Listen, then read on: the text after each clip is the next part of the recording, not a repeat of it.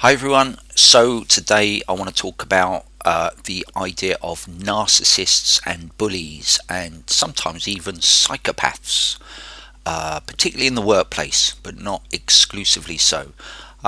So, as someone who works in conflict resolution and having this YouTube channel, I guess as a result of that, that's the reason why YouTube often recommends to me videos which talk about things like how to overcome a narcissist or overcome a bully, how to deal with a narcissist, 7 steps you can take to beat a narcissist or beat a bully, or how to recognize a narcissist or a bully. And there are a wide range of videos with those kinds of titles and those kinds of topics. So I've started kind of watching them a bit more recently, and some of you may know already. I've written a book about how to resolve uh, allegations of bullying in the workplace. So I've done quite a lot of work around or with people where allegations of bullying have been prevalent, um, through mediation, through conflict coaching work that I do. Um, Not so much narcissists specifically, or the idea of narcissists, as I would normally say it. Um, but often being a narcissist is a thing that apparently a lot of bullies are, or being a psychopath is the thing that a lot of bullies are. Um, and as many of you will know if you've read the book, I'm quite kind of well, I don't understand the purpose of using such labels because, and this is kind of borne out by the videos that I'm going to talk about. When we give a label to someone and then we decide, okay, that person is a bully or a narcissist or a psychopath, what it tends to do is entrench us in constantly kind of battling with that person. And again, this is what a lot of the videos seem to do. They seem to kind of give strategies for dealing with a narcissist or dealing with a bully. And none of them seem to actually help people to come to a way forward with things. It's almost like everybody's always got to be watching over their shoulder for a bully or a narcissist to pop out from somewhere. And that we've always got to have strategies to beat them at their own game, to undermine their malicious intentions.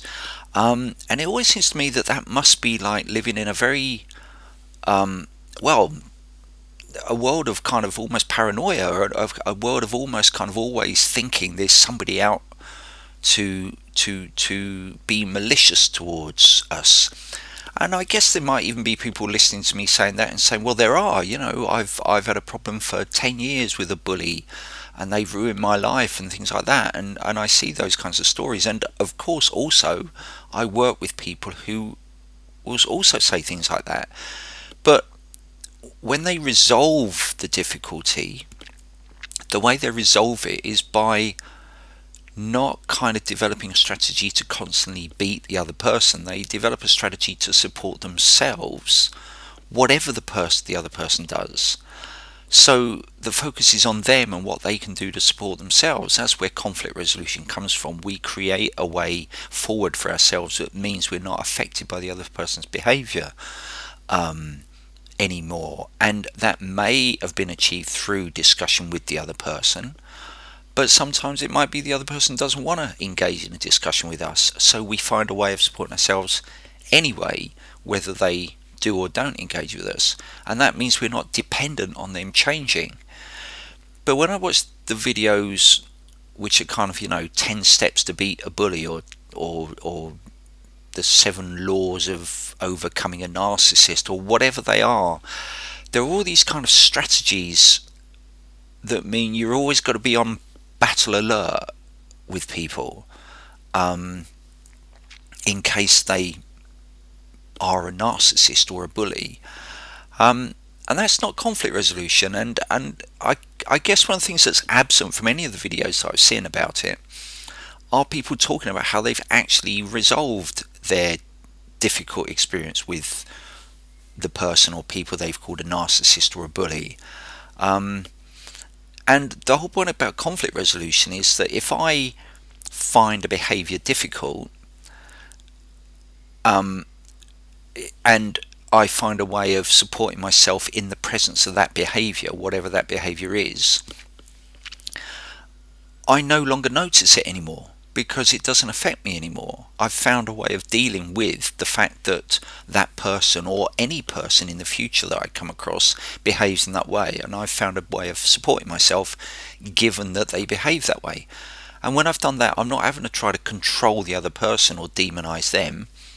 They can be who they are, but I've found a way of supporting myself given that they're behaving that way. And when I do a training courses with people, I talk about the idea that if, for example, I have a difficulty with anybody who wears orange, all the time I come across people who wear orange, I'm going to be upset.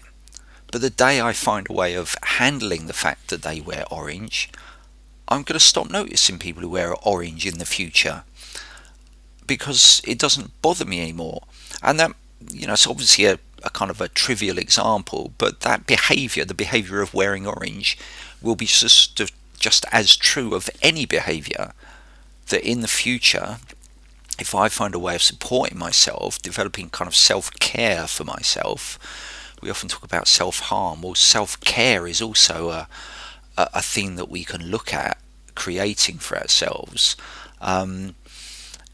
If I'm able to do that in the presence of the behavior that previously I'd found difficult, to the extent it doesn't trouble me anymore, then actually that person can carry on being who they are, and it doesn't affect me. And anybody I meet in the future who behaves that way, I now know how to support myself in their presence.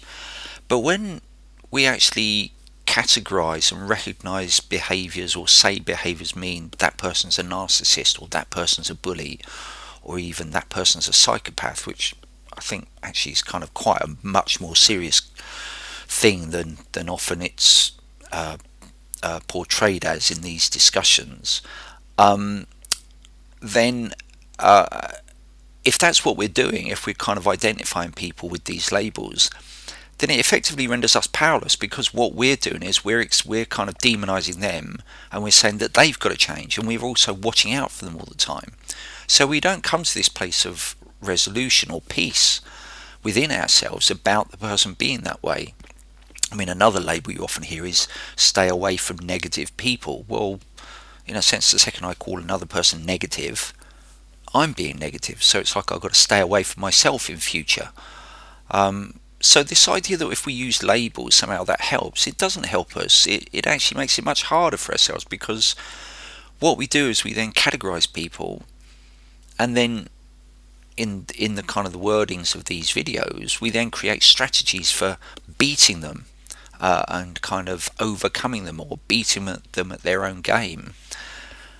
But that means we've got to live our lives just constantly watching out for people in case they turn out to be a narcissist or a bully. But if we find a way of dealing with ourselves in the presence of that behavior, we then don't have to live this life of kind of battle with people.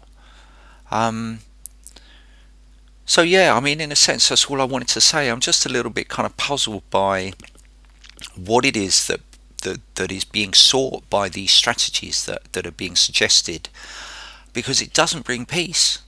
It brings a sense of constant threat, to think that we've got to look out for people, we've got to recognize the signs of a bully, we've got to recognize the signs of a narcissist, so we can have our guard up, which means we're not walking around at ease with ourselves. We're always kind of looking from side to side, wondering where the next narcissist or bully is going to come from. But if we found a way of supporting ourselves with that kind of behavior, we don't have to worry about it anymore. So anyway, just sharing my thoughts on that, because it's something that is coming up quite a lot in my feed on YouTube. How to deal with a narcissist, how to deal with a bully. So I'd be interested to hear what anybody seeing this video thinks about that. Whether you think it helps to do that, whether it hinders, whether you haven't had a view at all, but now I've said this, it's got you thinking about it. Any comments that you have about what I've just said, please share them in the comment section below, and I'd be very glad to hear them. Have a good day. Bye bye.